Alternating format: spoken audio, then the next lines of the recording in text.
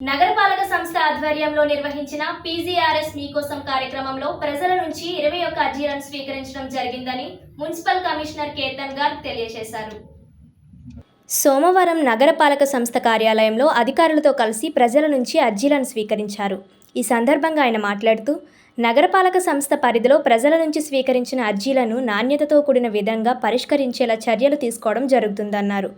పారిశుద్ధ్య నిర్వహణ, మౌలిక సదుపాయాలు కల్పించడంపై ప్రత్యేక దృష్టి పెట్టాలని పేర్కొన్నారు. రాజమహేంద్రవరానికి చెందిన ఓ సత్యనారాయణ ప్రసాద్ అనే వ్యక్తి తనకు హెల్త్ హెర్నియా కారణంగా 2 కళ్లకు శుక్లాల ఆపరేషన్ చేయించుకోవాల్సి ఉన్నందున తన పిల్లలు తనను పట్టించుకోక ఇబ్బంది పడుతున్నారని, కావున నాకు అర్హత గల పింఛన్ను ఇప్పించవలసిందిగా దరఖాస్తులో పేర్కొన్నారు. రాజమహేంద్రవరానికి చెందిన బి సురేఖ అనే మహిళ తమ వార్డు నందు సీసీ రోడ్లు, డ్రైనేజీ సౌకర్యం కల్పించవలసిందిగా దరఖాస్తు చేశారు. రాజమహేంద్రవరం నివాసి పి ప్రసాద్ అనే లబ్ధిదారుడు తనకు బొమ్మూరు 2 నందు కేటాయించిన టిడ్కో ఇల్లు రిజిస్ట్రేషన్ అయినప్పటికీ ఇప్పటి వరకు తనకు ఇంటిని స్వాధీనం చేయలేదని స్వాధీనపరచాలని కోరారు.